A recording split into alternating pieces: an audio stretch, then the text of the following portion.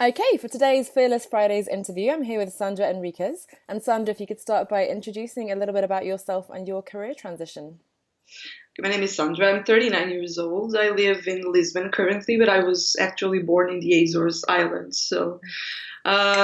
Before writing, because that's what I do now, I started a bit of it was a lucky shot, a job at a call center right after college. Yeah, because at the time, this was 2004. There weren't many options for recent graduates, and I really needed to get on the market very quick. And I thought it would be, something for a couple of months, maybe 1 year, 2 years tops. And Mm. I ended up staying for 7 whole years. Okay, so, and at some point, I just, I wasn't feeling any passion about it. It was just a job, and I didn't want to do that for the rest of my life, Mm. just a job to pay bills.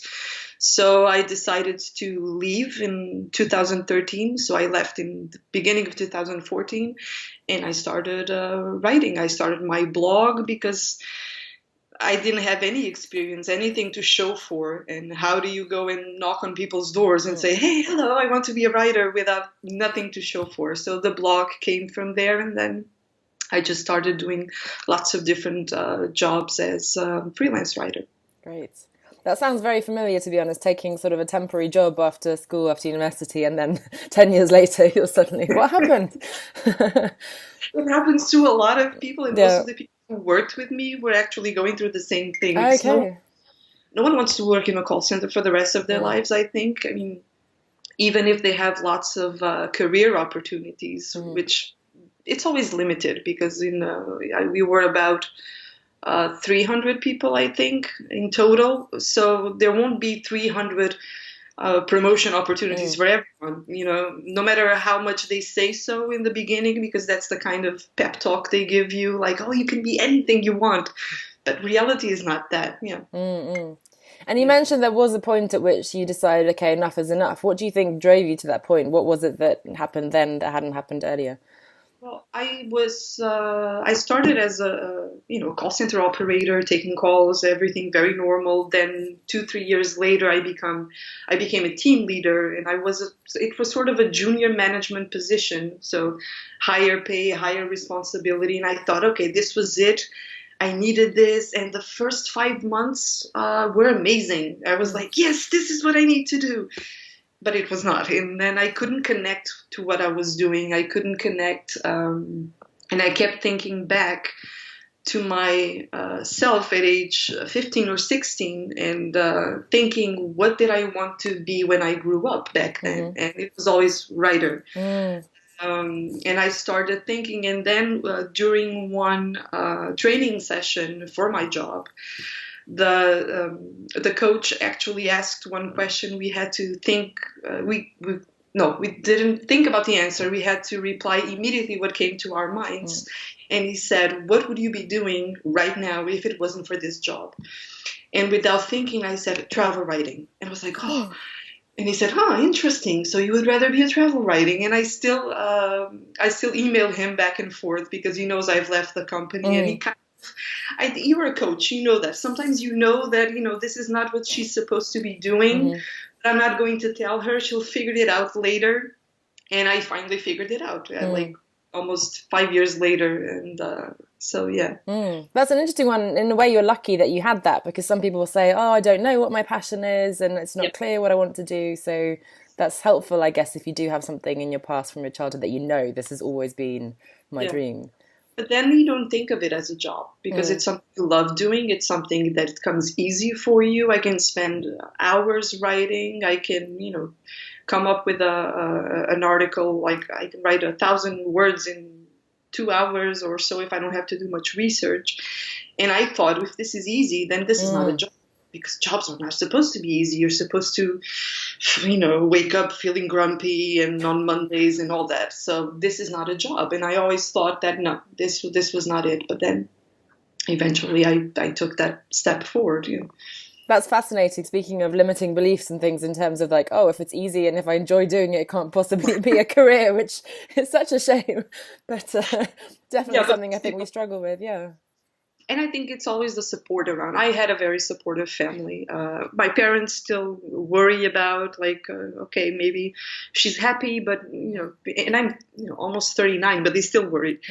But then my husband, who's a designer, he's also in a very creative mindset. So he was the one who started pulling me and telling me, like, asking me lots of questions, and he started making me question everything I wanted to do. And I never thought I would have a creative profession. I never thought I didn't even think that being creative was a skill. And because society makes you believe that it's the struggling artist kind of people think that you starve to death or that you sell your paintings on the street on a rainy morning, and it's not reliable. I think that's the thing. Absolutely. And what do you think was the biggest challenge in making that change then, either from a mindset perspective or sort of logistically what you were doing? Oh, logistically, I love to work from home. Okay. Like I do. Like when I had a normal corporate job and I had to wake up at 6 a.m. to go to work, I hated it. It was like, ah. And now I wake up at 6 a.m. and I start writing, and like I write straight for 3-4 hours, and my work is done for the day. Sometimes I'll have different little things to do, but mostly it's done. That's the good part. The bad part is freelancing is hard. And I have about 2 to 3 clients who are steady clients that I can rely on. I know I'll always have work from them, but some months are tougher than others. You need a couple of extra works to pay an extra bill, and that's the kind of thing I have to learn to not worry about. And learning to let go was the hardest thing. I think I'm still in a learning curve. I don't think I've mastered that yet, but it's been better. This year has been better. Last year was a bit better, but yeah, that's the basic. So if you want to, people who want to be a freelancer, you really have to decide, can I live like this? Do I have a partner who works and can help me out with bills? Because these things are important, because it's something to consider. Not everyone, has the energy to go through this. Yeah. And did you quit sort of cold turkey in a way and went straight for it, or were you writing on the side while you were working with sort of a graduate? I've always wrote. I didn't publish it, but I always had notebooks, and I had different kind of blogs that are no longer online, thank God. But I've been through many, many different phases. Back when blogging was new, back in 2004, before that. Blogging was something very new. People weren't used to it. So I always had very different approaches to it. But then when it was really cold turkey, I decided that day, no, I cannot do this anymore. I really don't feel connected. I will never be able to adapt to the company, because it's very important. You have to adapt. They're not going to adapt to you. And it's not necessarily your problem. It's just your personality. And I hate being told what to do. So that's part of my personality. I really don't like it. And I think that was making me take that decision. And then I started the travel blogging, and I thought this will never go anywhere. And last year I started writing for Lonely Planet. So in 1 year, it's like, and they found me. I didn't go after them. They found me, and I was like, oh, okay. So maybe I do have a skill, but it still takes a lot of outside validation. It's like the imposter syndrome that people talk about. It still takes a lot of looking at and say, okay, I can make this. I was just reading, if you know Joanna Penn, the creator of Penn, she's written lots of books about making a living as a writer, and she was talking about sort of more doing the gradual thing of like first seeing if you can shift 10% of your income to writing, and then gradually building up, which sounds more sensible in a way. But I like you also quit sort of. I also got to a breaking point and just But I had because I always say I planned my exit. The cold turkey part was. One day I didn't tell my employer that I was going to quit. One day I got to her and I told her, this is my resignation letter, I'm done. And she was kind of like, okay, I kind of saw it coming, but that was a bit out of the blue. And at least in Portugal, if you've been working for a long time, you still have at least 6 months worth of salaries that you can count on. So it can ease into transitioning to freelancing, not worry about bills a lot, because once you start worrying about money, you won't make it. It's because you start thinking how will and then it's just like a blockage, and you cannot think beyond that. Um, some people start without any kind of funds, but then they will have someone to help with the bills. That myth that people are overnight successes and thing happens overnight, it's not true. And I know that's the idea that they sell, but it's not true. They either have someone, a partner or a spouse that helps them with the difficult part, or they transition over 6 months, 1 year with some sort of severance package from the company, whatever they had. And that should be, yeah. But I always say plan your exit and have, like, how much money will you need to pay bills for the next 6 months? It's a very boring financial, you probably won't go to Starbucks so much, or not in Portugal because coffee is incredibly cheap. That's the good part. But you'll probably won't go out to a movie or to eat out. Like you need to be ready to make. It's not a sacrifice. It's just a pause on your normal lifestyle, so you can get back to it. But people think of it as, I'm not ready to sacrifice. No, I want my lifestyle, and it's a complicated decision. I understand that. But it's a balance, isn't it? Then you have to decide, okay, is this dream worth it or not? And if you'd rather have your Starbucks and whatever that is, then that's the choice that you can make. I get about my Starbucks too when I first quit, but I found as soon as I started earning money, I started like introducing those things back into my lifestyle. So it's easy to, you just sort of upgrade your lifestyle to what you're earning, unfortunately. But it's a learning process, definitely. Great. And you mentioned your partner there. Where else have you got the support that you needed as you made the changes? I got support from my family. I got support from the kind of good vibe support from my best friend, who is also a life coach. So, and she's always been coaching me on the side. It's our relationship. We've always, I'm the kind of person that sets her straight when she needs to be set straight, and she does the same to me. So every time I was freaking out about something, she would, talk to me and like, okay. And then I write a lot on the side besides of the actual writing. And I always tell people, have a notebook and write all the crazy ideas you have and all the things that went wrong. I always do this. And it's not kind of it's not a journal like Dear Diary kind of thing. But many times when I feel like, I can't do this, this is not working, I should stop immediately, I take that notebook, I go back, and I see where I was 2 months ago or 2 weeks ago, and I say, see, this is how far you've come. So 2 more steps. And that's the kind of, it's not a financial support, but it's an emotional support that people need a lot. And I have my son is about to turn 18 next month in 2 weeks. And that's the kind of thing that I tried him to see, that he can actually do anything he wants if he has the skill. It's not, you could want to be a painter but not be good at it. That's the important. You have the skill, then fine. You can, don't let society tell you that, no, that's not a real job or that's not a real career, and it will be very difficult. Just find a way that you can actually work through it. And what would you say is the best part of your lifestyle today as a travel writer? I get to talk to a lot of people, and that's the good part, because that was always my favorite part of traveling. I've known situations, I've had situations where I'm supposed to be looking at a landmark and I'm actually talking to the owner of the cafe across the street and think, oh, really? How much?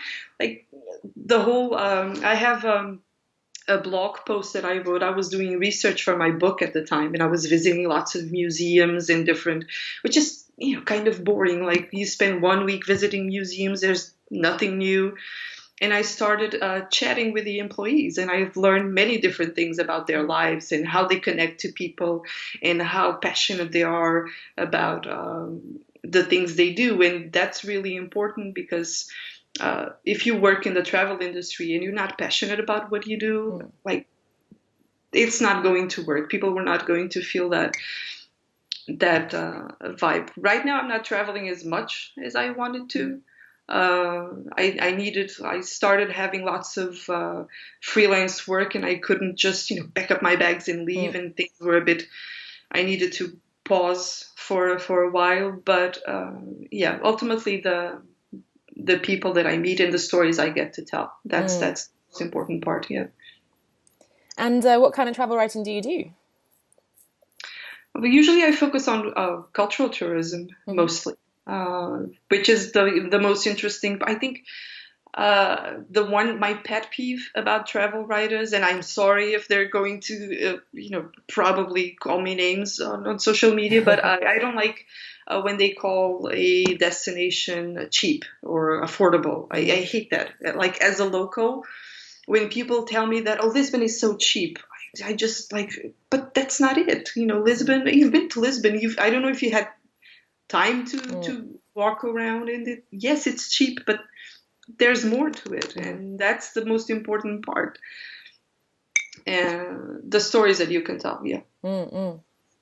And I guess specifically then, maybe for somebody who wants to write and maybe travel writing, then what one piece of advice would you give to them? Don't listen to others. Hmm. This is the first thing, in the sense that in the beginning, when I started, I actually at the end of last year, I had to go back to my old blog posts and rewrite them to fit me. Hmm. Because if you look at the first couple of blog Mm, posts and blog posts now, it's like, these are two different people. Who is this person? What happened to her? And I think I was comparing myself to everyone else out there. Like, what is my niche? People are writing about solo travel, so maybe I should be writing about solo travel. mm, But no, wait, that's not what I do. I don't always travel solo. And the first thing you need to do is you need to find your voice. mhm, And don't be afraid if there's like 50 people telling you that, no, this is not what people want to read. You don't know that. Readers will come to you, and they will, connect with you. And most of my readers connect with me because they know what they can count on. They know, right now, they know that if they want tips on Lisbon, on the Azores, they know mm, they come to me. They will ask someone, and someone will say, oh, Sandra is your person. Like, she has these blog posts. And this is, and I think it's really important, which I think it also comes with age. I don't think in my 20s I would be so sure that this is mhm, my voice and this is what I want to do. I don't care what the world tells me. But that is like the most important thing. You need to have your personality. You need to have, people need to read a piece that you wrote, even if you're ghostwriting it, because it happens a lot in the industry as well. And they have to have that feeling like, I know this person. Like, mm, I'm pretty sure this person wrote this. Otherwise, it's not worth mm. it. Love that. And I guess one thing is that there's so much free content out there now. So how do you find those real paying contracts like your stable clients that you talked about, for example? Where do you find these people who are willing to pay In for the quality content? beginning, yeah, in the beginning, I actually started on Upwork, which is like Mm, a free platform. It's not the best. mm, In the beginning, I was either writing stuff for almost free or very, very, very cheap, mm, which is not, it's not fun. And then the travel writing community, most of the travel writing community is actually very supportive. And when they have a job offer, they know of someone who's looking for, they will usually share it with you. mm, And then you just have to look around all the possible.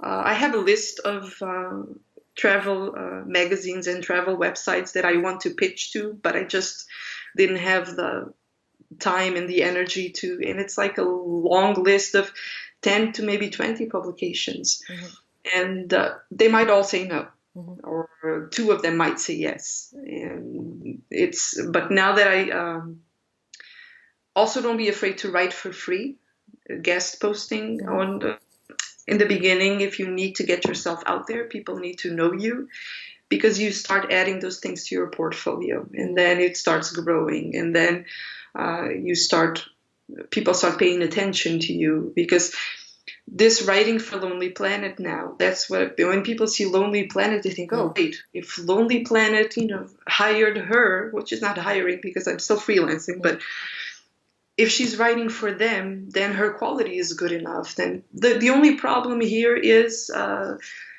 the amount they want to pay you in reality. Mm. That's the biggest challenge. I think that people think that $20 for a blog post, like 3,000 word blog post, is more than enough for your time, and of course it's not. And you also have to learn to say no. If you think that's not going to help you in any way, then it's not worth it. I guess that comes with experience as well. Yeah, but in the beginning, I understand. It's either I see this from younger kids, like or especially women, which is something that I know they still.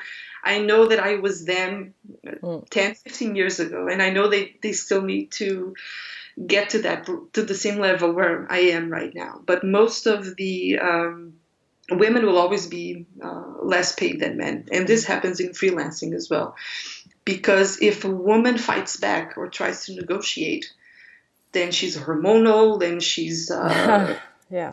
I don't know how, but if it's a man, then it's a personality. I like negotiating, and usually, what happens to the most travel writers that I know that who are in their 20s, what happens is they probably have their parents telling them, get a real job, married, you're not getting any younger, I don't know, whatever they say, and they need something to show for. Yeah. Like, see, I'm making it. Even if someone paid them $5, they need that validation that I'm making it as a travel writer.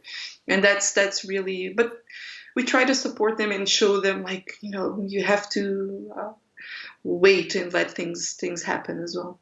That makes me angry to hear that, but again, it sounds familiar, and sort of the lack of confidence that unfortunately a lot of women have, even when you're talented, and that pressure. Yeah, I always call it sort of the good girl syndrome to follow, your expectations and the conventional path, and no, definitely not something creative and a bit crazy. Then probably it's better just to stick with what people expect of you. Yeah, it's very common, unfortunately.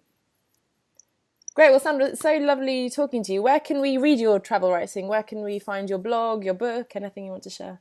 My blog is called tripper.pt.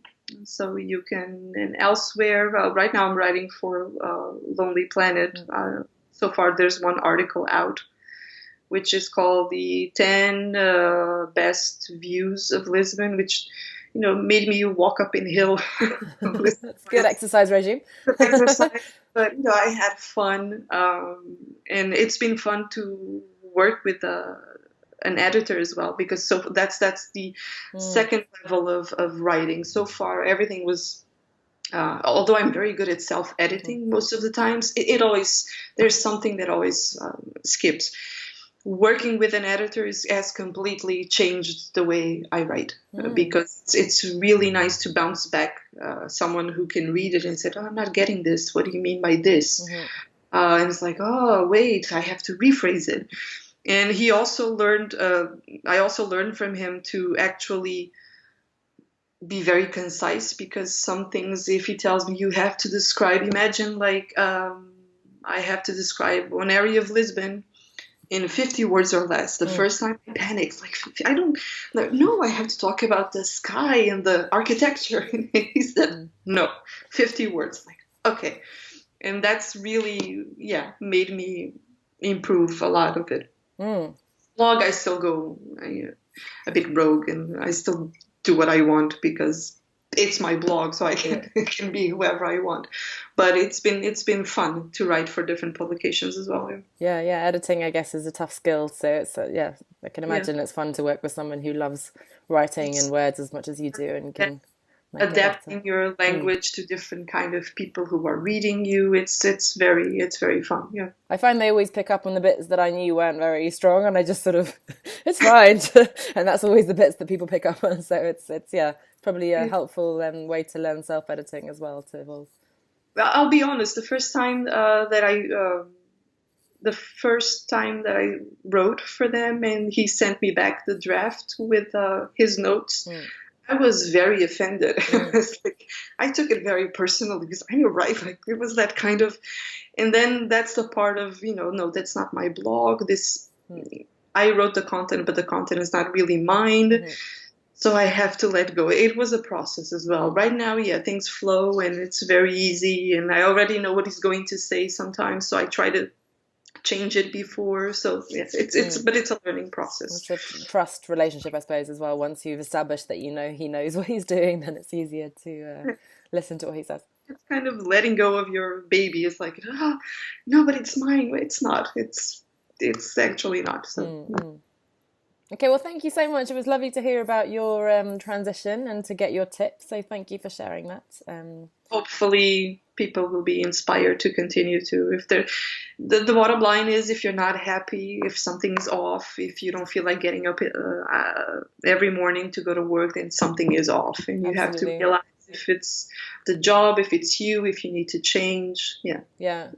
No, absolutely. No, lots of inspiration. Absolutely. I just read yesterday, I think somebody said that you can fail in what you don't enjoy doing. So you might as well go for something that you love, because this fear of failure that we have, actually you can fail at something that's horrible anyway. So you might as well try to succeed at something that really means something to you and that you love. So failing is necessary. I don't like reading I've read a lot of people saying failing is not an option. Yes, it's an option. It's how you learn, and it's how you go from it's like a video game. You don't get to the first to the second level or the 10th or 100th level the first time. You go on and you try, and I don't like hearing that failing is not an option, or failing is an option as long as you learn.